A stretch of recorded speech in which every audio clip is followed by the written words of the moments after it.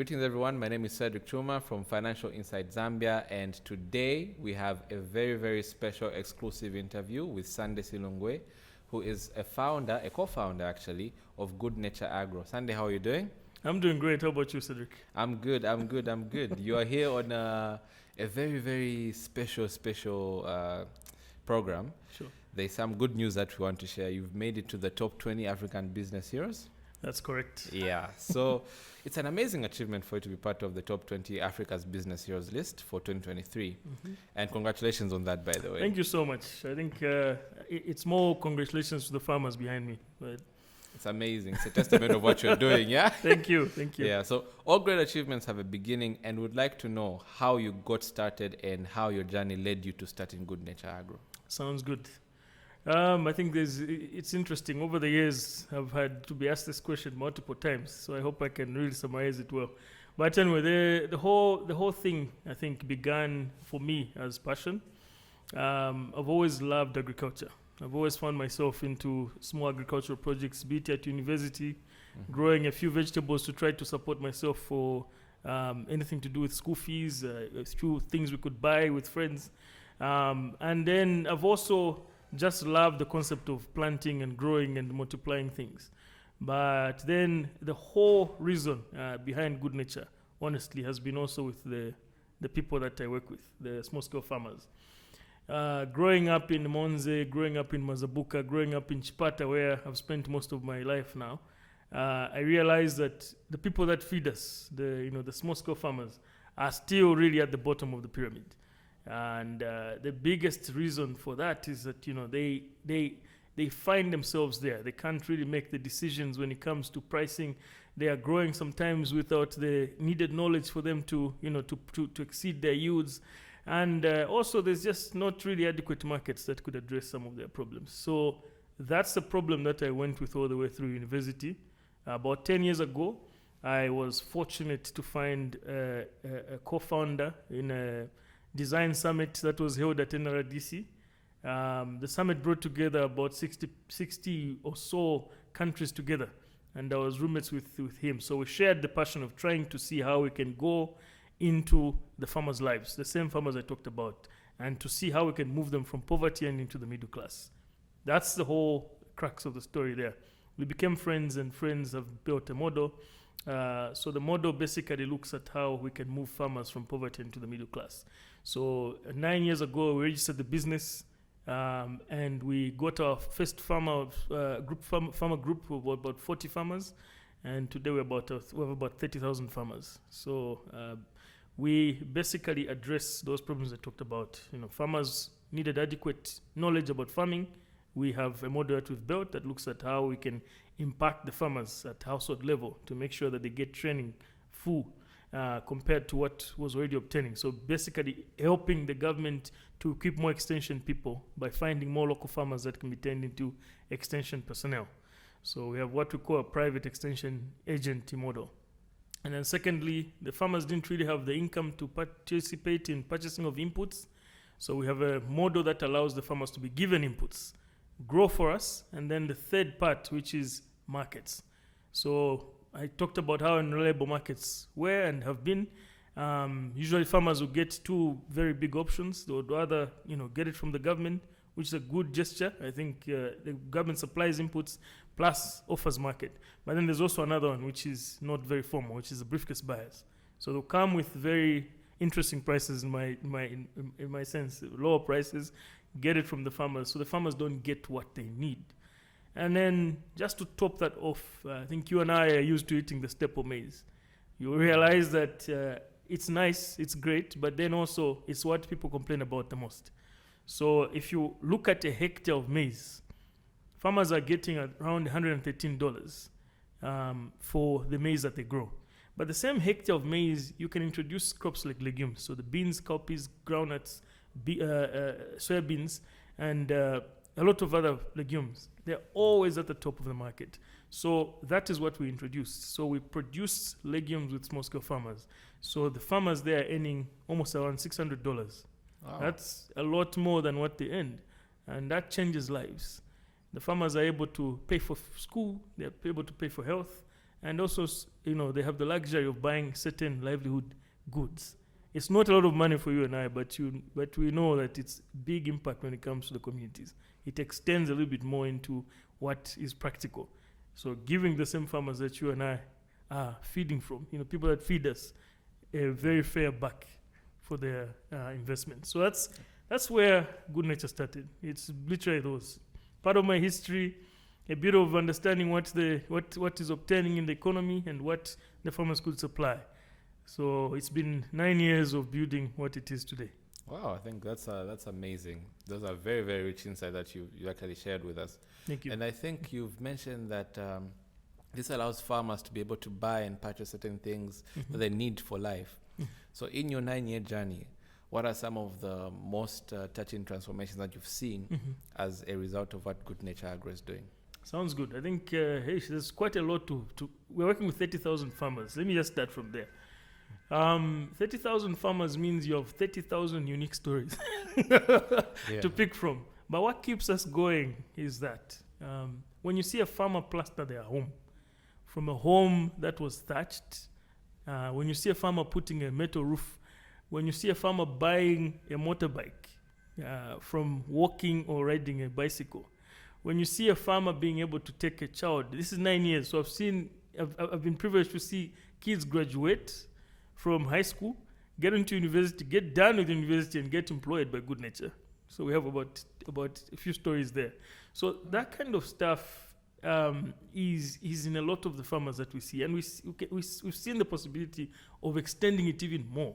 So we've seen a lot of other changes as well. Like, for example, I think one of the stereotypes in the community was that women can't lead. They can't lead a group. So we've had private extension of agents who've been trained by us, who've beaten the mold, and they're teaching all kinds of genders. They will teach male and they'll teach females in a group, and they run them effectively. So we've had that as part of the change as well. I think another beauty is just being able to see what's on the shelf being produced by the same people that were not really represented. So when you see a Good Nature brand on the shelf, you know you're supporting a farmer. It's literally from the farmer's field, graded by us and put on the market, standardized and certified by the Seed Certification Institute. And now I think it's even nice to see it on the international shelves. When we see beans being canned in Namibia and Botswana and South Africa, that's even more exciting. So it goes back to what I was just saying, the ability for them to get being able to basically pay for amenities, to pay for livelihood goods. So I think I can't put names to those things I've mentioned, but you can see the kind of impact that's there. Yeah, I think those are really, really amazing stories. To see someone who was a beneficiary of Good Nature to now participate in creating more benefit for other people. Correct. Yeah. By working directly in Good Nature. I think that's amazing. So the Africa's Business Heroes list is selected from thousands of entrepreneurs from across the continent. What has been selected as part of Africa's Business Heroes list top 20 mean for you? That's a good question. I think for me, it's big validation for the sector. First of all, agriculture feeds us. I always say if you haven't eaten, then you haven't really been fed by a farmer. But I know all of us eat, so we need to clap for the farmer. We need to really give the respect that is due for the farmer. So it justifies, first of all, the sector. It's where the food comes from. These are the people that are being validated. For me, it's a big deal. It's no longer about me coming up with a business concept or my co-founders. It's us about now impacting lives. When you look at that 30,000 farmers I was talking about, it's like an average here in Zambia is like 5 people in the family. So you can see the extension of impact. So one, validates that. Two, it also validates the story for us as Zambians. I think I'm the second, not the first to be on the ABH list, going top 20 as well. But one of the things that I'll tell you is that it tells us that Zambia has something to offer the world. And in this case, we're looking at a model that can feed Africa, but it can also feed the rest of the world. Agriculture will still remain there, I think, for as long as we live. As long as we need food, it will still be there. So then the last bit which is a bit selfish, it also, I think, validates my work. I come from a development and design background. I've realized that we can put our efforts to work with the people we love, to come up with the concepts that work. So it validates a lot of the work that I'm doing. And I think maybe to top a little bit off, it puts Zambia on the map. It tells us of what can be unique around here. We've been able to do business in 9 years. So the possibilities are endless here. It means the economy is good for thriving entrepreneurs, for budding young people. I'm 33 years old, so I'm still under the youth bracket. That makes it easy for me also to just, fly that flag and be excited about the prospects around here. So I think it's opening up doors. It tells us that it's possible for us to come up with businesses that are viable across the world. I know it's top 20 and possibly, we'll get down to the finals. But the beauty in that is that there is this validation. There is this look into our country. There's possibilities there. So that's what it means. It means a lot to me and a lot of the farmers that are behind us. Yeah, I think that's amazing. Hopefully you are top 2 and not number 2. Yeah, I'll keep praying on that. But yeah, I think we've done a lot to try to hopefully get there. Yeah, indeed. Yeah. And you mentioned a lot about put Zambia on the map. Mm-hmm. So what does it mean for entrepreneurship in Zambia, as well as for what is your outlook for with regards to entrepreneurship in the Zambian country and the context as well? Yeah, no, thanks for that. First of all, I'm excited that now we have a Ministry of SMEs. I haven't done much work with them, but one thing I'll tell you is that we have an economy that thrives on the private sector. I think you can look at it from all kinds of sectors, mining, agriculture now, like where I am, and the technology, it's booming. What I can tell you is that it's really opening up as an economy for a lot of people to come in with solutions that help. Good Nature, for example, is a solution to a problem that existed. That's why we call it a social enterprise. Otherwise, we would have done business as usual. We would have just looked at packaging beans with anybody else and selling it on the shelves. But we involve the small-scale farmers. We've beaten the mode of changing what was normal. You can go and farm with a big hectare farmer in one place, a commercial farmer. But instead, we can break the hectareages of the commercial farmer into 1 hectare each and support many families. Same quality, even same quantity. So in an economy like Zambia thrives on agrarian, on agriculture pretty much, you'll find that it's big opportunities that land there. And I would say for young people that are looking at entrepreneurship, it's one of those places to look at. Agriculture is thriving. I think it has opportunities. One of the things that helps me also to look forward is that it's also a chance for a lot of entrepreneurs to mentor each other. It's a lot of people say entrepreneurship is a lonely journey. I've seen that. I've felt it. I've lived it. But also, I think it's a chance for us to not make it lonely by coming into the space and providing the needed mentorship, coaching, ability to sort of help the government that has helped us to be where we are. What is the outlook for entrepreneurship? I think it's an open opportunity. It's a big chance for people to excel in filling their space, either in problem solving or bringing new products or services, and just being able to thrive. And I think that needs a lot of the kind of atmosphere that we're in. I think Zambia is one of the luckiest places. I would say it's one of the easiest places to grow a business if you know what you want. But it can also be one of the most hostile if you have no idea what you're getting into. So it starts with your heart. There's a lot more that has gone out there without heart and doesn't stay long. So I think when you go, perhaps like us, for 9 years and still looking to what the future holds, it's exciting for entrepreneurs. I would say, you need to press on. You need to look for people they can, hold on to, and just open up themselves for learning as well.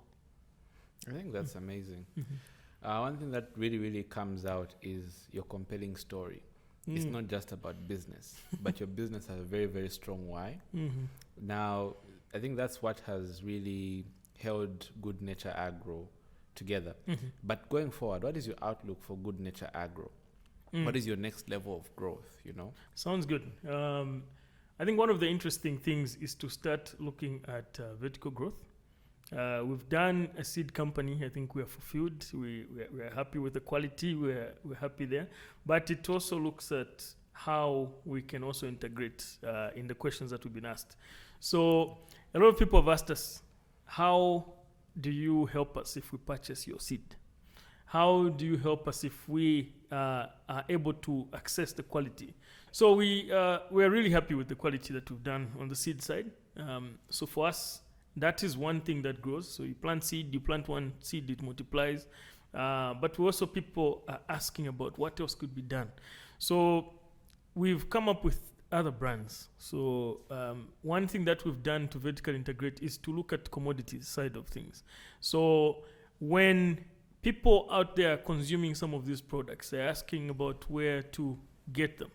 So I'll give you an example. Maybe I'll just walk you down through one of the products, which is beans. So if it's on the shelf as baked beans, then it must have come from a farmer somewhere. So Good Nature endeavors to listen to the people that are producing that canned beans. Usually they don't have the supply that they need consistently.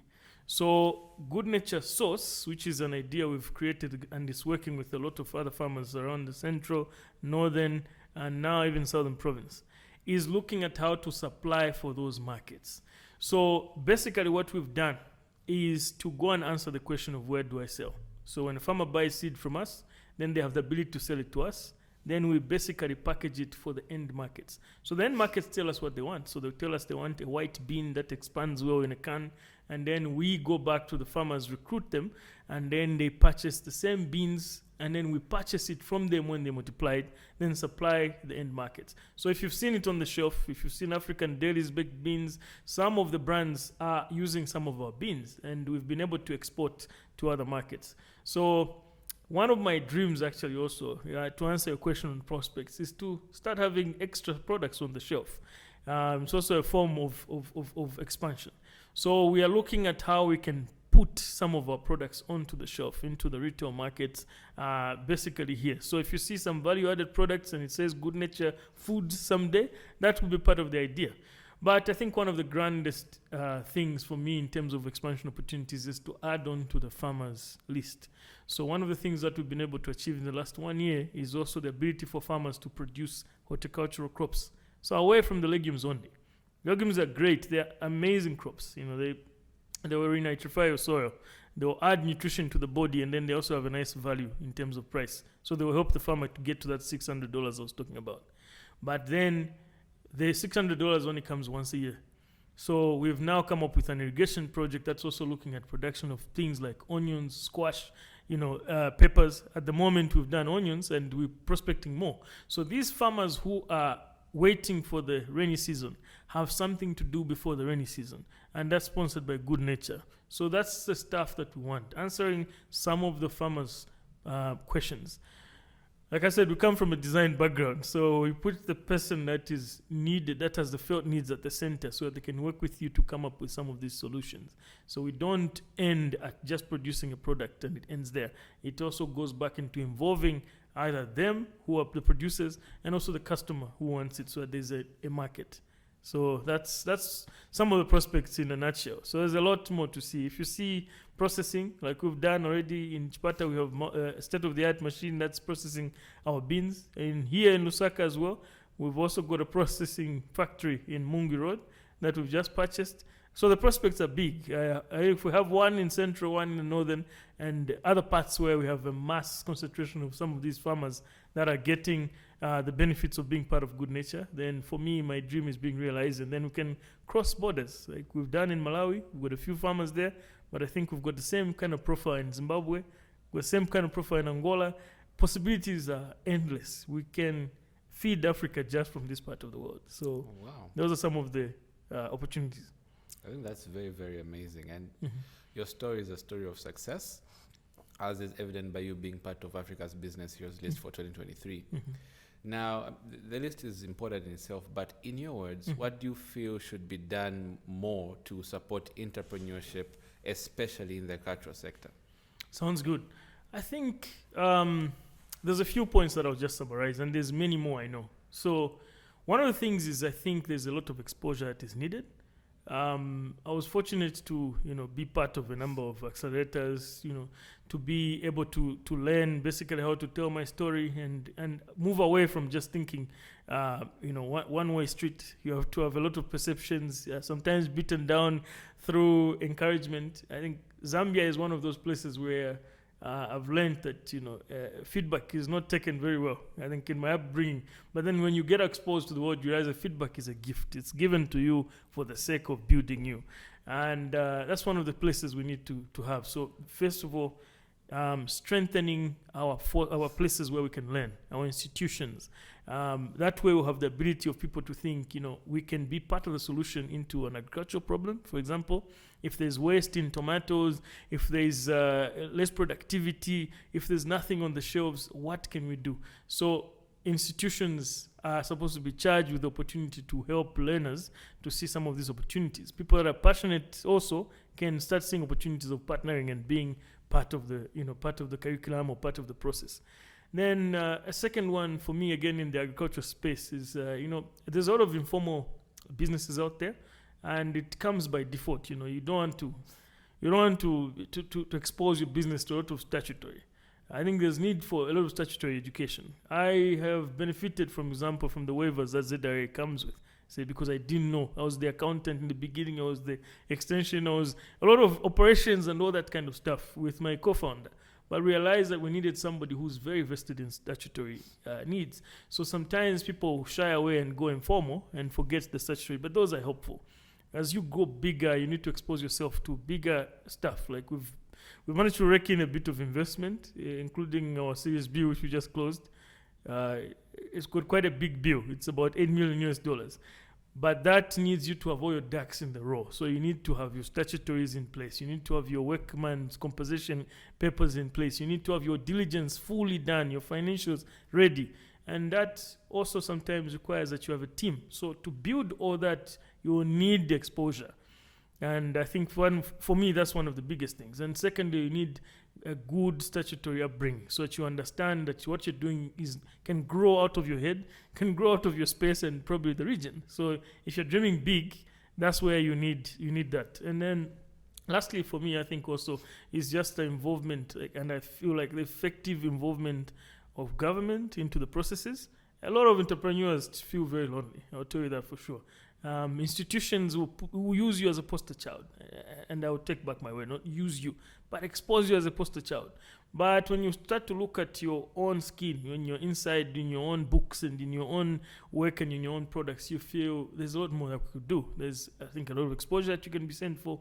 There's a lot of training that you could be given. There's a lot of mentoring that you could be given. I think all that kind of stuff is an opportunity for us to look at what we could actually do in the space.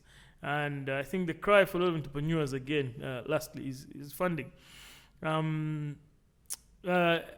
lot of the funding here, capital is expensive.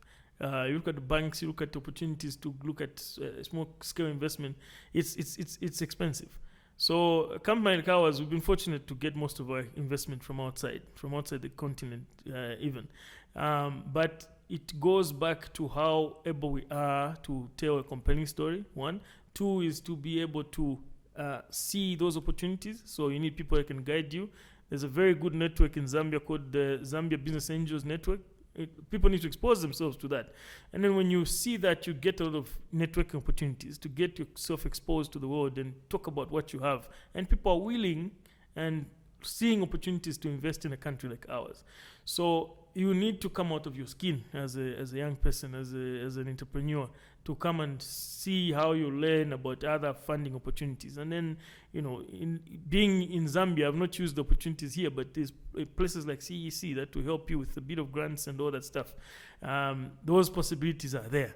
So I think, to just walk through that in summary is like exposure, a bit of education in terms of having institutions that can help you, and just looking at how we can also learn on the funding gap and just see how we can expose ourselves to learning. I think that's pretty much it. Oh, congratulations on the $8 million Series B raise, by the way. Thanks. It's getting public now, so you'll see a lot more as we go.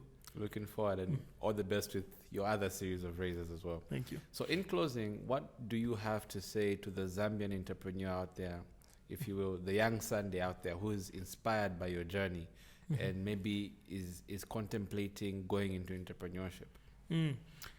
Okay, I need to think a little bit to give my thoughts there, but one of the things that I'll just say is, one, first of all, be content with what you might go through. A lot of the entrepreneurship that you see today is about yourself. So you want to, expose yourself to, like, he's the CEO, he's the, director of this, and he's, if you remove self and you allow your business to be its own entity, it grows. It's like a kid. If you're always there to tell them when to walk, even when they're adult, they don't feel like walking because you're killing their shine. You're killing the opportunity for them. So one thing is to, remove self and allow your business to grow. So in other words, I think it's very few opportunities wherever to expose myself, but the business is being exposed. It's the same thing with my co-founders. We're kept, but the thing is it's growing. It's now employing about 170 people. It's no longer about us. It's 30,000 farmers. It's no longer about us. It's 2 countries and growing. It's no longer about us. So you need to recluse yourself from there. Secondly, start. When you have a good idea, when you have an intelligent thing to do and you feel like it's a solution, be there. Start it. Don't let it go. When you write it down, if it's part of your 10 points or 1 point, whichever it is, just start. You don't always need to depend on capital sometimes. You need to create value, then value can help you bring capital. It's a no-dage argument, but I think I've seen the possibilities of it, and it's possible. Lastly is, I would say, expose yourself. Try as much as possible to go out there. In as much as you're answering a question, get wide read. I think I can't quote who, it must be Miles Monroe, say great readers are good leaders. It really helps. It really helps you to discover more. In my father's words, you're as broke as the book you never read. So somebody out there is getting the intelligence, the possibility, and they're reading it and listening and exposing themselves to these opportunities. You might also want to do that to keep yourself abreast. The world has got so many things. Certain things that you're going through, others have already gone through them. So it might be a book away, it might be information away. So you need that exposure. And then maybe lastly is also expose yourself to people in form of mentoring. It doesn't have to be expensive. Ask questions. One of the adages in finance is they'll tell you that if you ask for money, people give you advice. But if you ask for advice, people give you money. You are compelled. It's an emotion. So that's what I would advise. Don't go out there and say, I don't have capital. I'm just, go and ask for mentoring. You never know. Out of a mentor, somebody else will be compelled to link you or be the person that helps you. So I think that's what I would just say. And Zambia is such a big opportunity. It is really a big opportunity. Going to the north and seeing what's there, going to south, east, west, it's just such a big opportunity. We are landlocked, but in a lot of other people's ways, we are land-linked. So we have the opportunity for a lot of people to get what we have here. It's unique to us, and therefore we should see the business in that. So to the young Sunday out there, it's a big opportunity. I think that's the few words I would say. Oh, that's amazing. Sure. Unfortunately, we've come to the end of our talk, but I think it's been such gems that you've dropped. You're as broke as the book you never read. Really stands out for me. Caught my dad. Yeah. So thank you so much for coming through, and all the best with Africa's Business Leaders List. Hoping to see you as top 2, not number 2. I'll take that. It's a fire I need right now. yeah, definitely. No, you deserve it. It's very much well deserved. So thank you so much for being on the show, and thank you so much for watching. This has been Cedric Chuuma for Financial Insight Zambia. Get to know. Hi, welcome to East Park Lifestyle Studios. Come in. Oh yeah.